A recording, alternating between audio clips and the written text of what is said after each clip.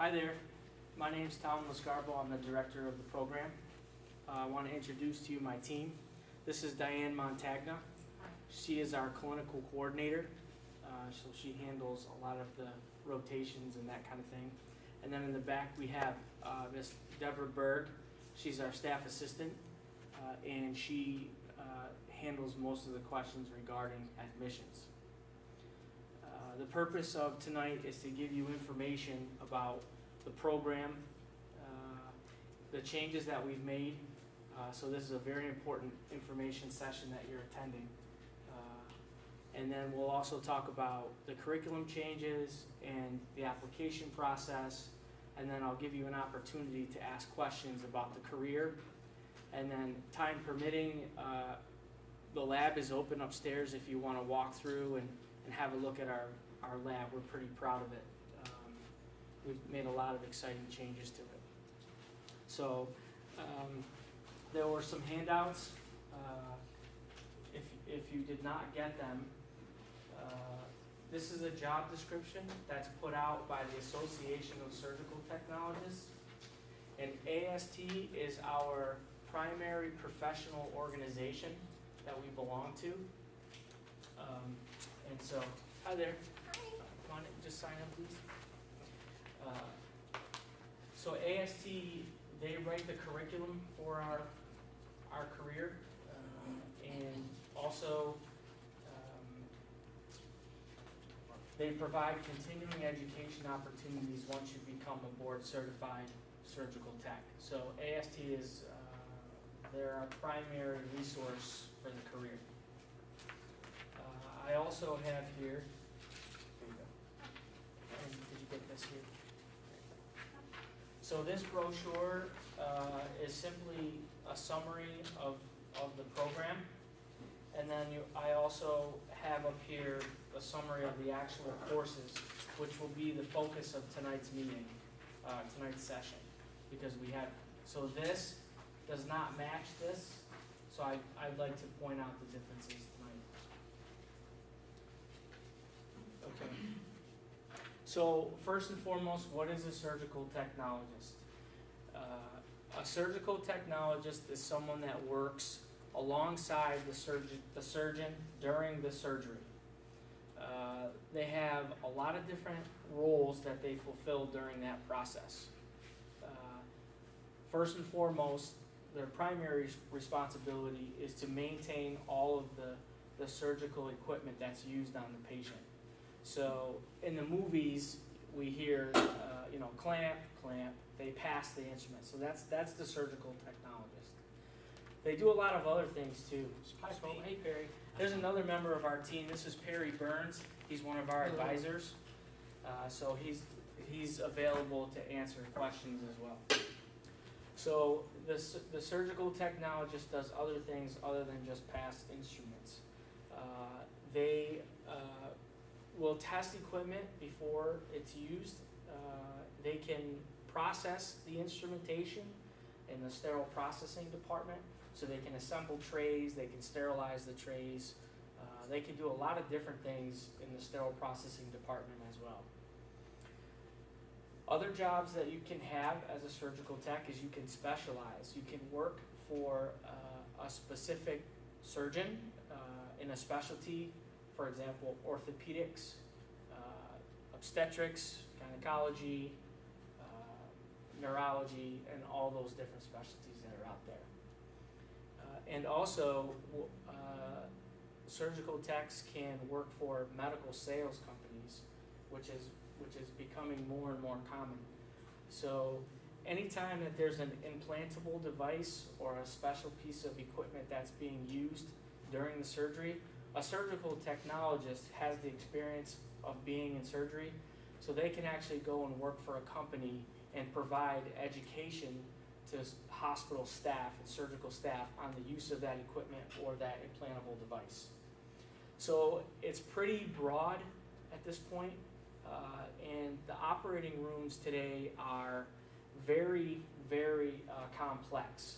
A lot of technology is being used: computers, robotics, cameras, recording devices, and specialized instruments. So it's important to have a real strong education in it because we're dealing with patients, okay? And so the type of student that we would want is very specific, and we'll get into that in just a little bit. So a typical day as a surgical tech. The night before, I can work first shift, second shift, third shift.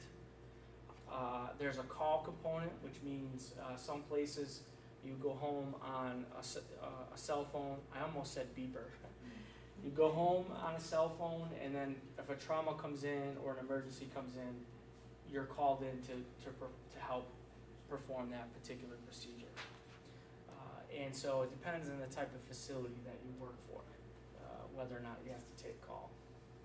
And that's an important piece for you to think about, because if you have family, hi, come on in, sign in please.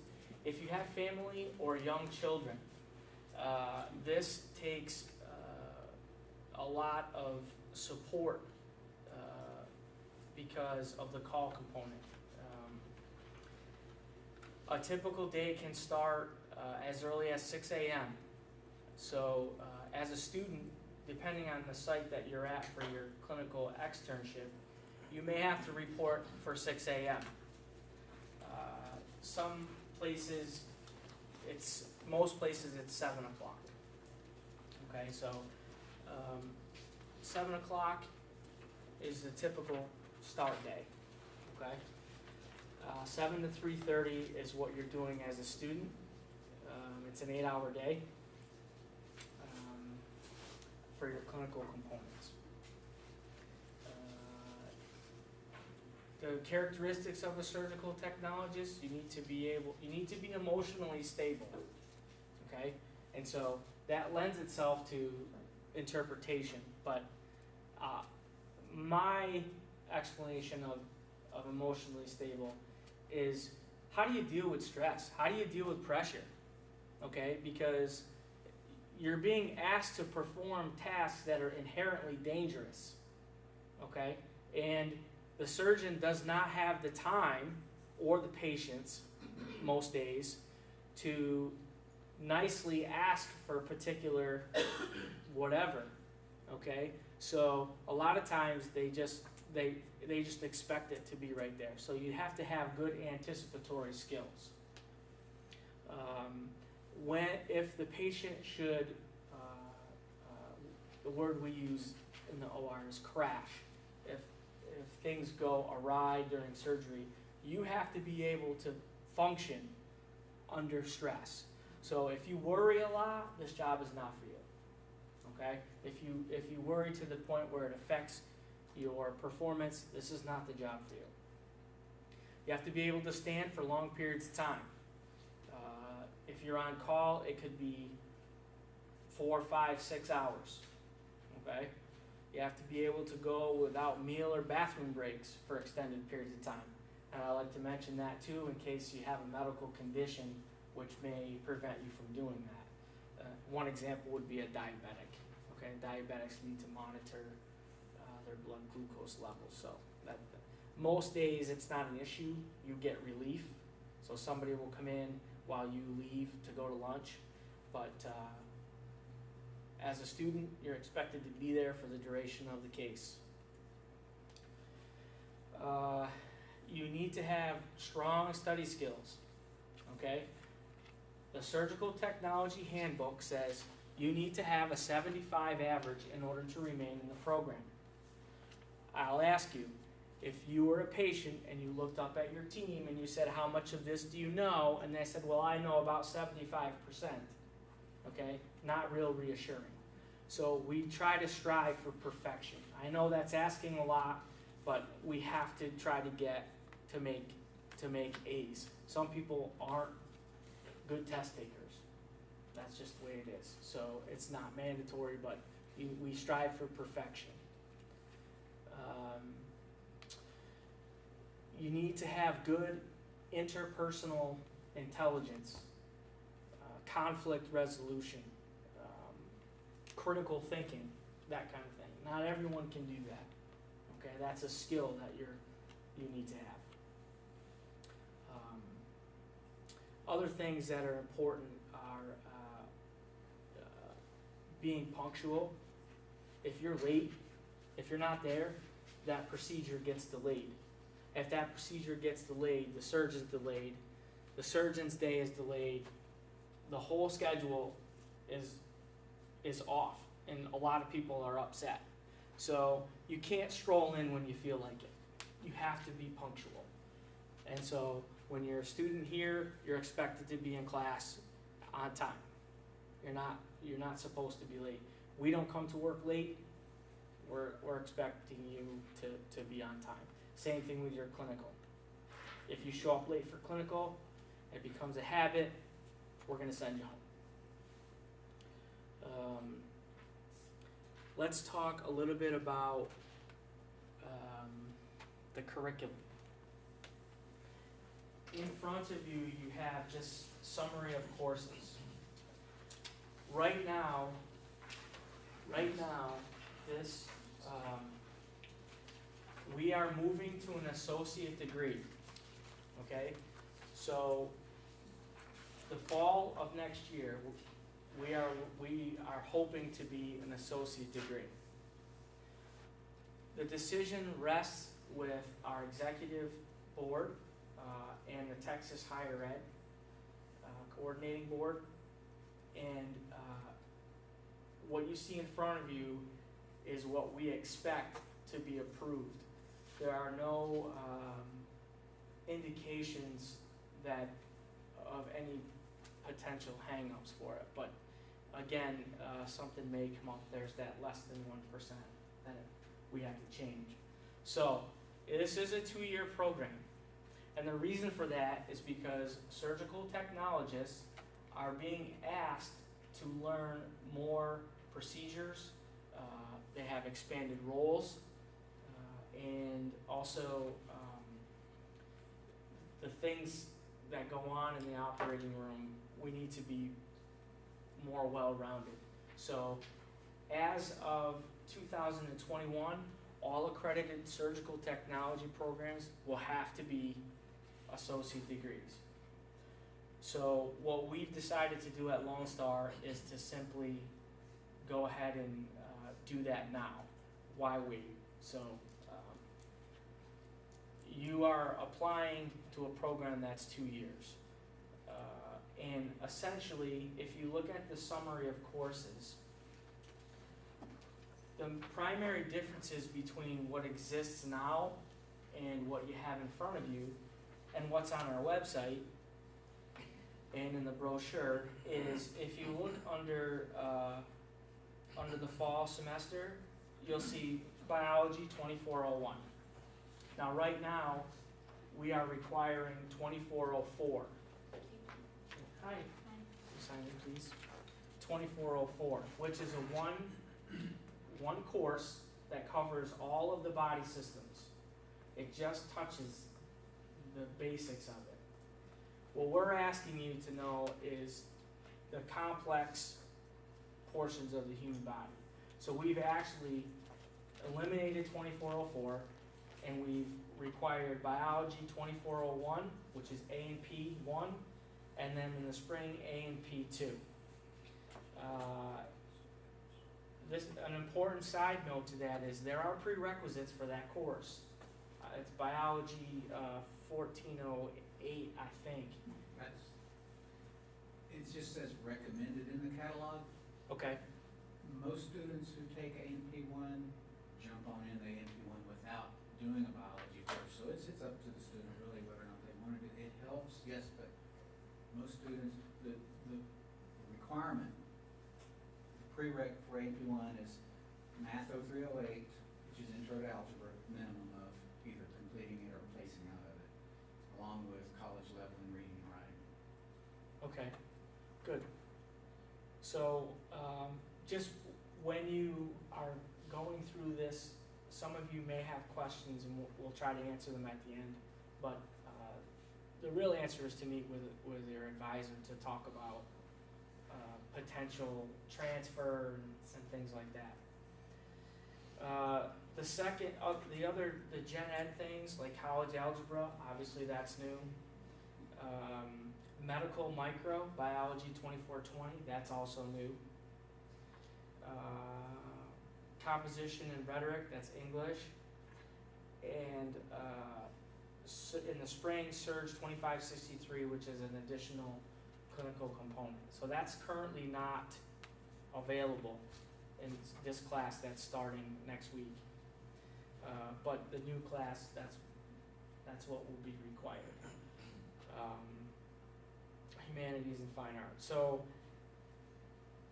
if you've taken anatomy before, you will be counseled on an individual basis for that, whether or not we will accept that particular course. That's something that we have not worked out yet.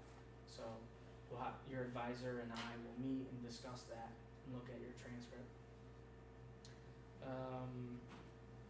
So it behooves you, if you want to be a surgical technologist, to take the classes that you can take now, rather than wait a year to take them. Okay? So keep that in mind. The other thing is, we have an articulation agreement with A&M. A&M has a Bachelor of Applied Science, or Allied Health. And so they accept our credits into the Bachelor. So if you already have these classes, you can think about meeting with A&M and taking some classes over the next year before you begin. Okay?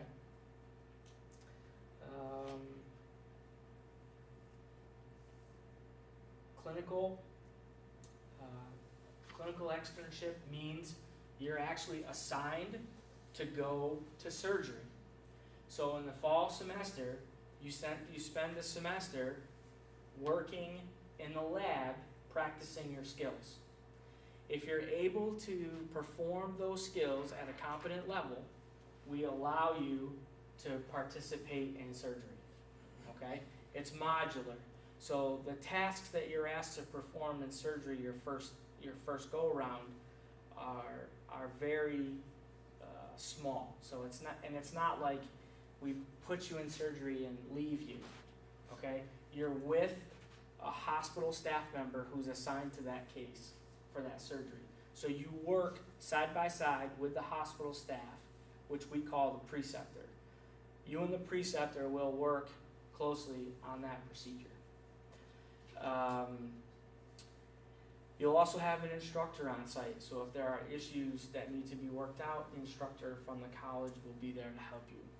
So the two things that separate Lone Star from some of the other programs that are out there is that we almost all the time we have an instructor on site for issues that arise. Okay? No one else does that. We're the only ones at this point. And we will be the only ones for the associate degree. So those are the two things for you to think about when you're making a selection. Regardless if you pick the certificate or the associate degree, the basic things have to be the same.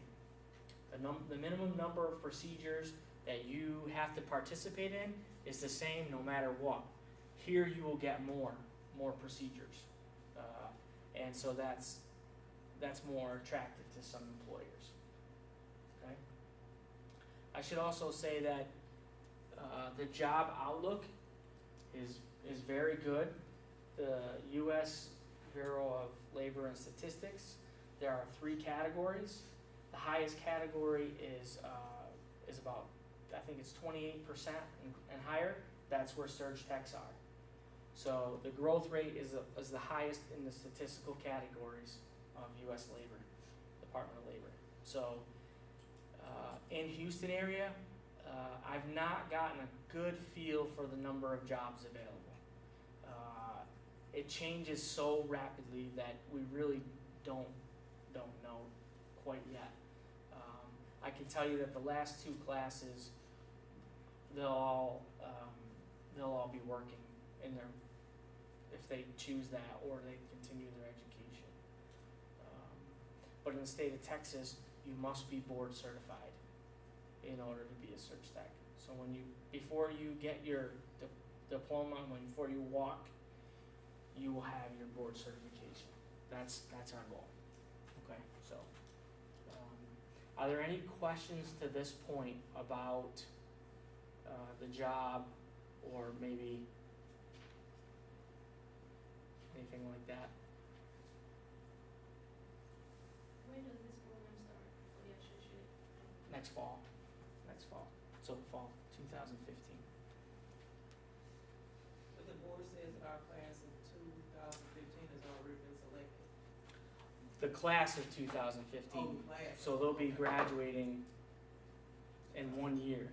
So this current class is the last class to be a 1-year program. We won't offer a certificate anymore. So when can we start applying for this? Great lead in. Let's talk about the application process. The first thing I want to tell you is I want you to ignore the website at this point, okay? But I wanted to show you. Way to ignore it. That's one way to ignore it.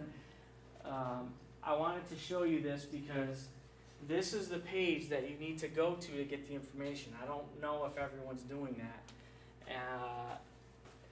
The reason is, if I back up here and I just plug in surgical here, this is the page that comes up. And it does have the information there if you click this. Okay? We're trying to redesign the website to make it easier for you. This is the page that you need to go to in order to get the latest information. So throughout the year, this is where you'll need to go. So the application process will be listed here. And the revised application process it'll still be the May 1st deadline. Okay? So here's how it happens. There are 2 applications that you need to fill out. One is an application to Lone Star College. Okay? That's their application. If you're already a student at Lone Star, you've already done that part. Okay? In order to take classes, that's the piece you need to do. Once you've done that, the second piece is the Surg Tech application. Once that application is complete, you will set up an appointment with an advisor at your nearby campus. Okay? How many of you, the Tomball is the closest campus for you?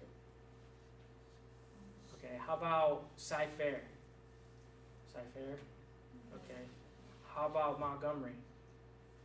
Montgomery, okay. All right.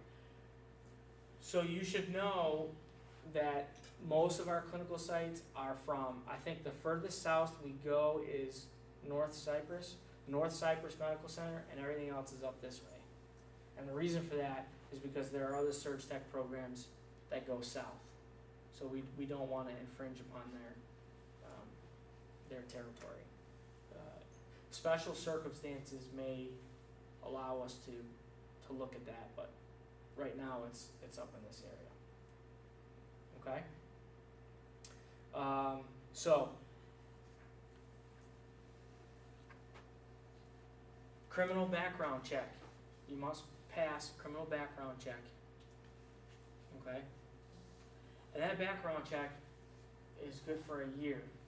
So the hospitals require this, not Lone Star.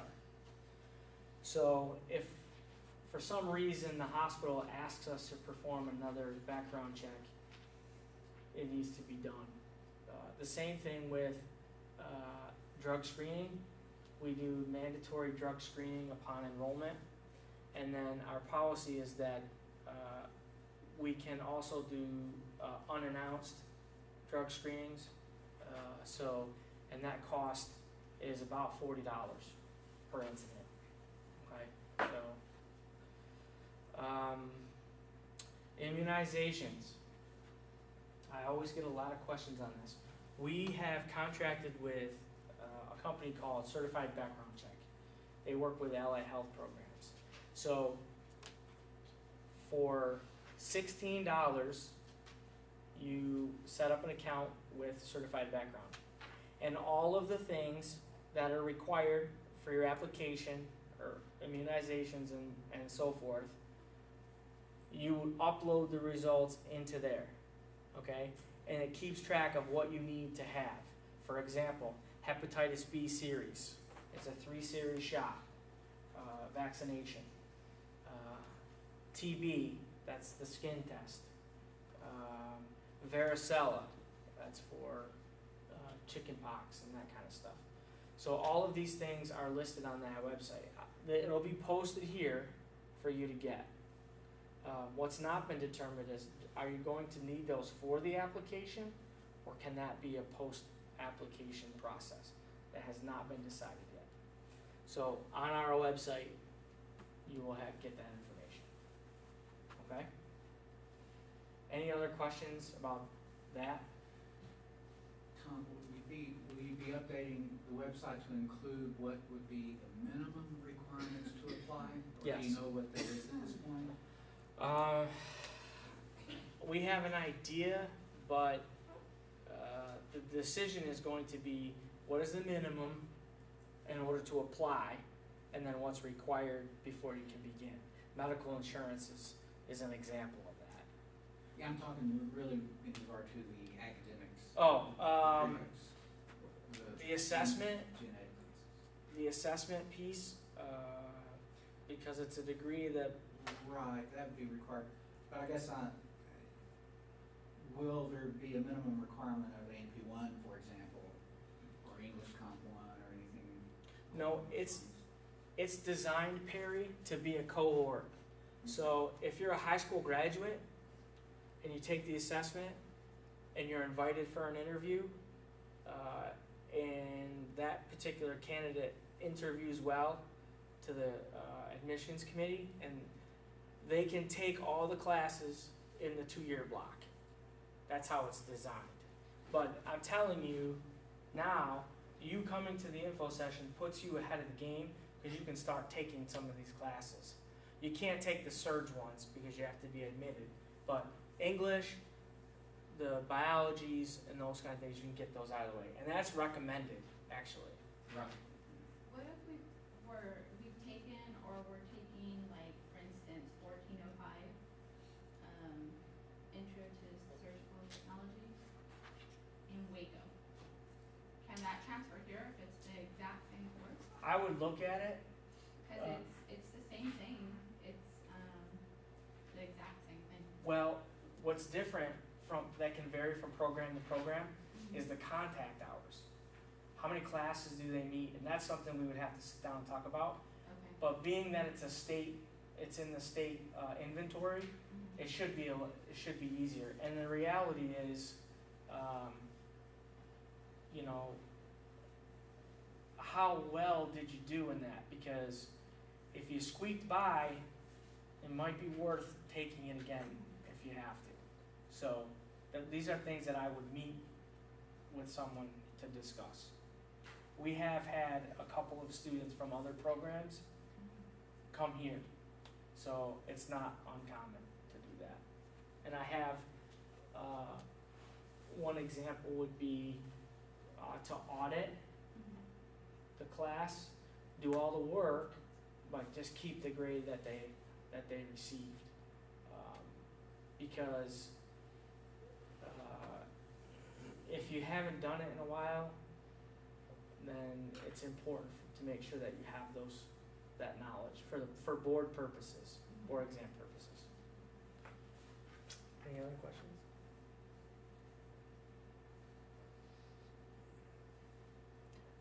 Diane, is there anything you want to talk about for clinical? Okay. Perry? No, I just wanted to the reason I asked the question about minimum requirements is so that you would tell them just that because I'm sure that you're planning to, especially with the number of students you bring into the program each year, is that still going to be the same? Well, it'll either be 16 or 20. Okay. 16 right now. But and it has always been a highly competitive program to get into already, and so usually with this program and other programs in the health occupations such as nursing, occupational therapy assistant or whatever, it's always really competitive. There's sometimes 80 to 100 applicants for a program that they'll only take 15 to 20 students for. So the more you can have completed of the courses that you can take now before you're in the program, the better your chances are of getting into the interview, right? Yeah, And, that's true. And then the interview is going to weigh heavily. I don't know how heavily in your particular program, but I think in the past it has weighed pretty heavily on whether or not you get in. But you got to get to the interview first, so. Yeah, we don't interview every applicant. And I don't want to discourage you, but I have foreign trained physicians that come to my program. So I'm dealing with a high number of candidates who already have some sort of degree, including medically trained in another country. So it is competitive. So if you're invited to an interview, that's a big deal. The numbers in the past were 127 applicants, 30 of them got interviews, and we took 16. And we finished with 5 that year. So it's very, very difficult, very difficult.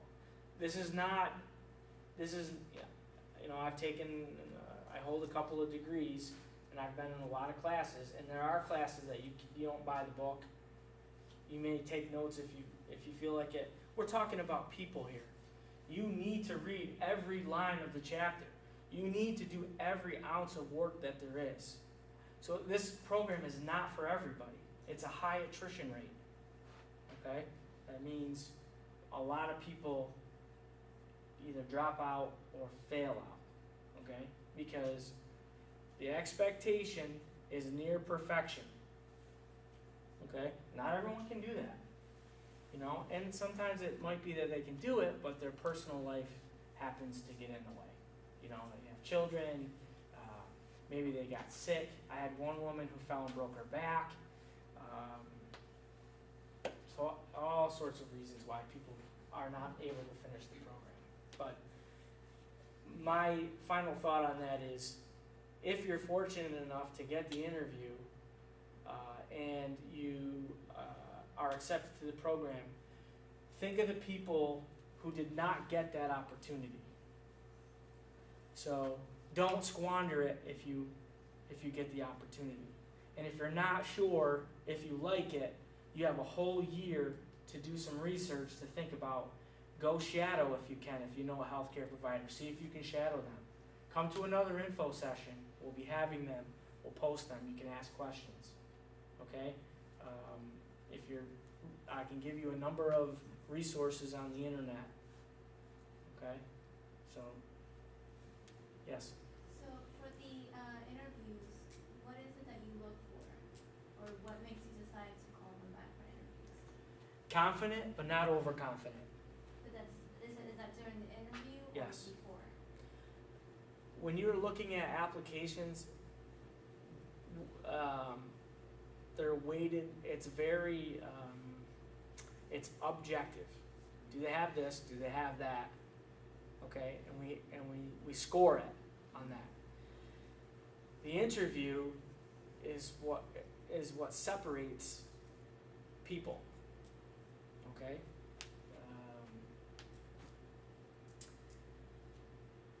I'll give you one interview question. Okay, so here's the carrot that I'm giving you, if you're able to get. Now, this is a secret. Don't tell any of your friends that might be applying, because I won't tell anyone else. What is the last book you read? Okay? What type of answers do you think we're not looking for? I don't read. I don't read books. Okay? If you don't read books, you're not going to read an anatomy book like that, or a surgical technique guide like that. You're not going to read. You're going to take shortcuts. That's why you need to read. So you have a year to read a book before an interview. Okay? Answer that question. Yeah, because you will be asked that question. Okay? How do you dress? How do you carry yourself? Are you too nervous? If you're too nervous for the interview, everyone gets nervous, okay? You can be nervous, but you don't have to show it. I was nervous because I'm being videotaped, okay? I've done a lot of video sessions before.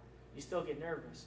But if you're shaking like a leaf, and I'm asking you basic questions like, what's the last book?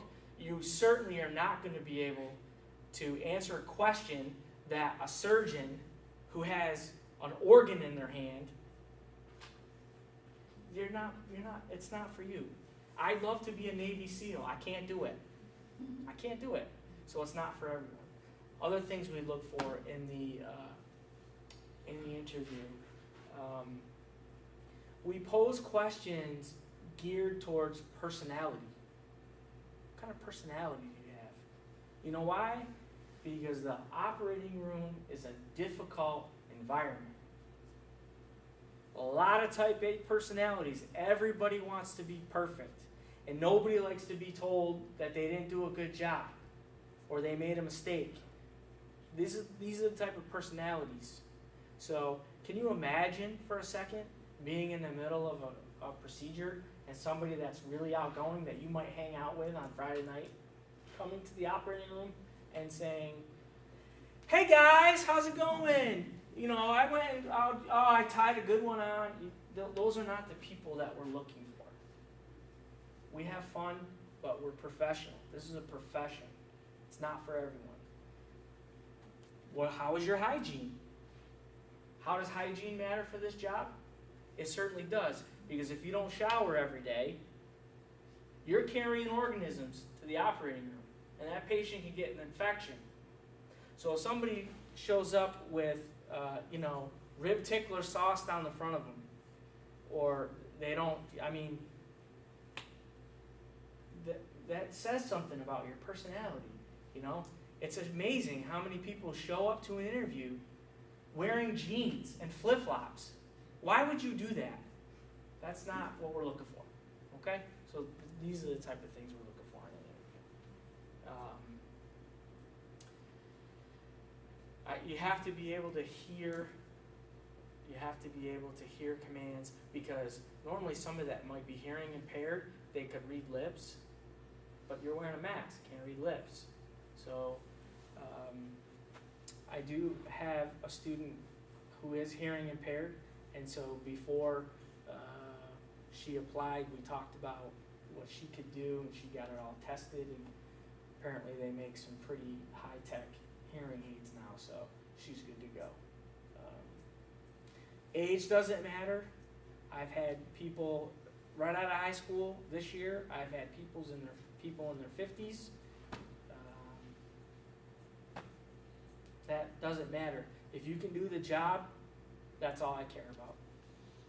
So, any other Do questions? you mind if I add real quick that even though, because I can imagine them hearing what you said about you have these people applying that they might be an MD from another country or whatever, and they're applying for your program.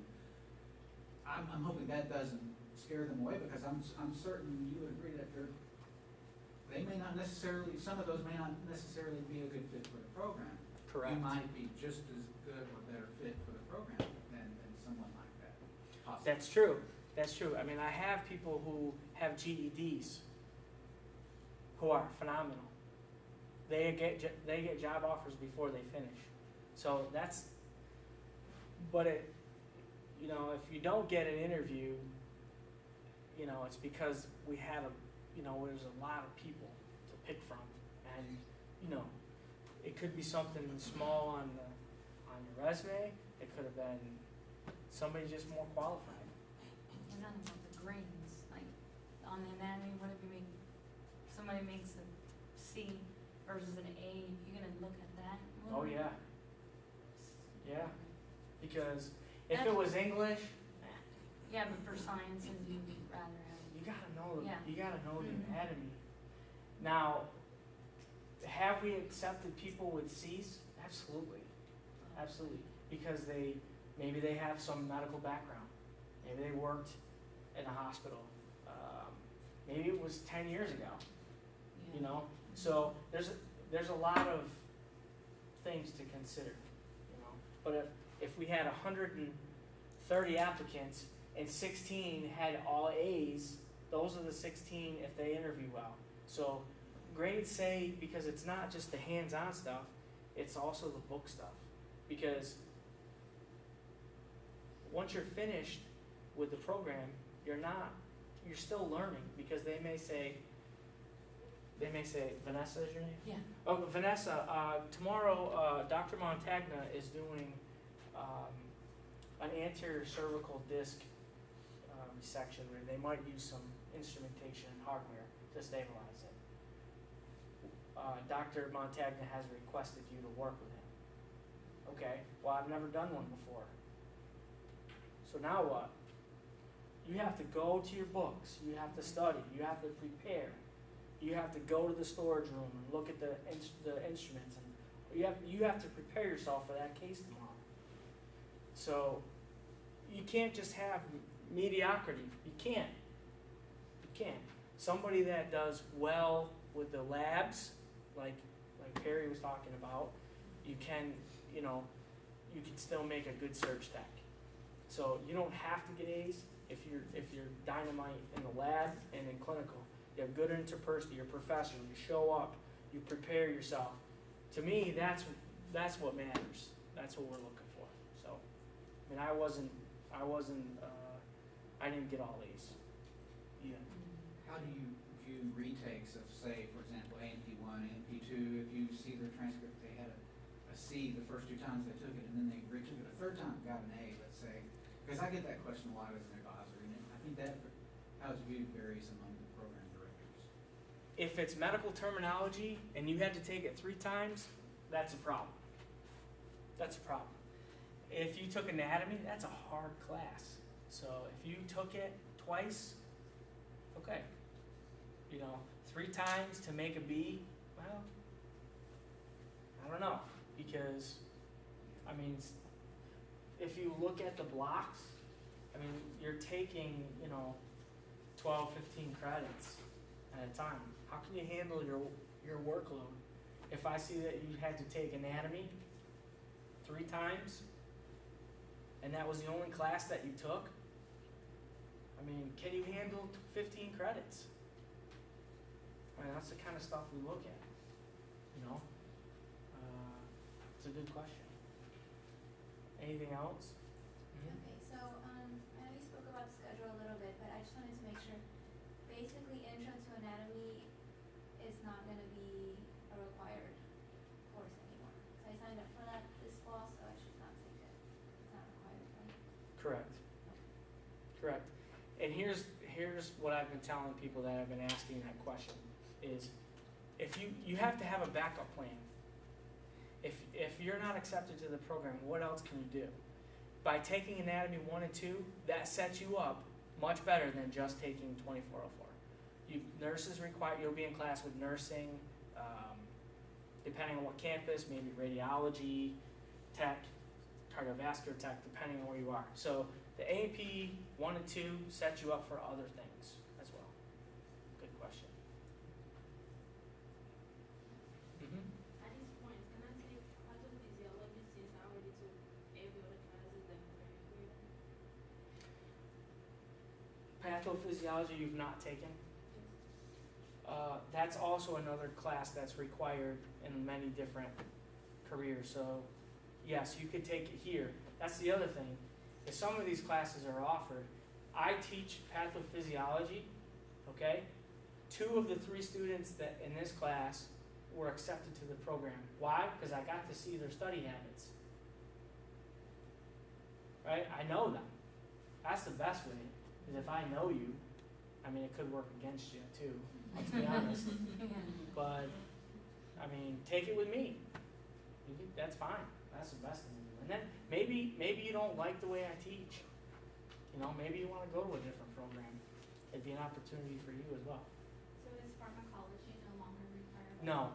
What I've done is I've embedded pharmacology into one of the Surg courses, because the reality, those were set up before I came here to teach at this college. And the reality is, we don't deal with cardiac medications. We don't. We don't deal with a lot of diuretics and, you know, all these other things. We have a very focused cluster of medications that we need to know every single day of our job. And so I asked if we could eliminate that, so we have.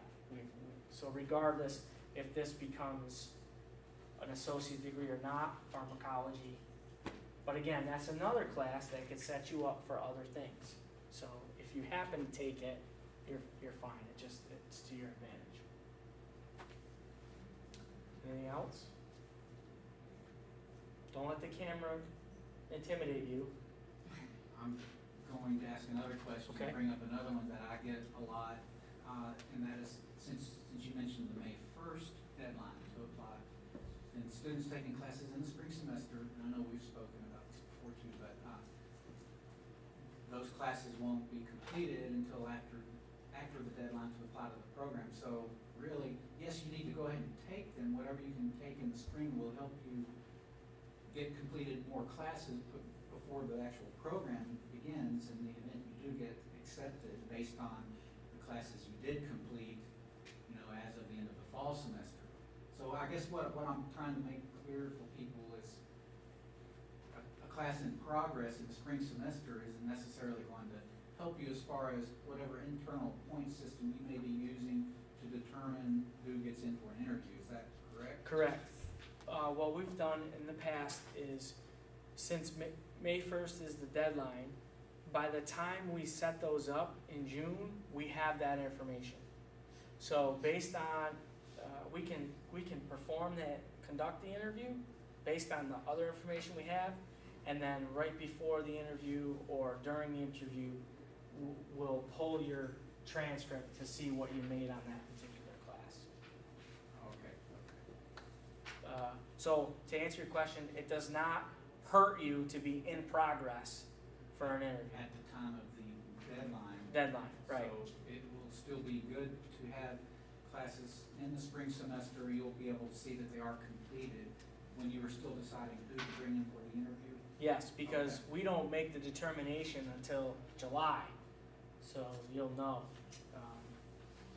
And that's probably a good point to make during the interview. If you want to make a note of that, you could say, I'm planning on doing X, Y, and Z in the summer session. You can do that as well. Okay, good question. Let me spend 15 or 20 seconds talking about the background checks. I get a lot of questions. What would disqualify me in a background? If there's a felony on the background, you can't get a job at a hospital. So that won't happen. Misdemeanors, that's on a case-by-case basis, and I'll give you an example. There's a hospital who did not hire an employee because they had a driving under the influence 28 years prior. Okay? So I've also asked other hospitals the same question, and they have hired people. They would have hired that particular person. So it's a case-by-case basis. If there's something on the criminal background, we advise you to talk to a particular. You can tell us what's on there, and we might be able to give you an idea of what would happen, but there's a chance we wouldn't. So I would go to the hospital and say, is this an acceptable situation? And they give me the answer, typically. But if you have a positive background for things that are any violent crimes or substance related, you won't get an interview because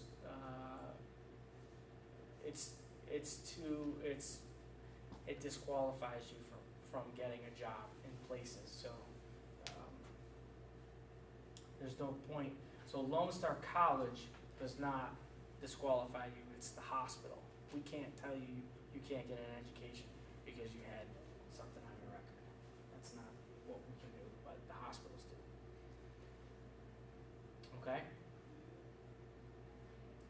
And if you have questions after you leave here, my advice is we're going to set up an email box that 3 people will be able to look at. Mrs. Berg is your primary person to talk to about admissions things. We're going to set up the website so that the questions that you have should be related to, like your question about the 1405 or something like that. Those are the questions that we have to sit down with you to talk about. So hopefully the website will be able to answer most of them for you. There's a video on here for you to look at right here. It's about, how long is that? 10 minutes. It's a 10-minute video and it talks about the specific things that you do in the OR that you might be interested in knowing. So if there are no more questions, we can take a walk upstairs to the lab.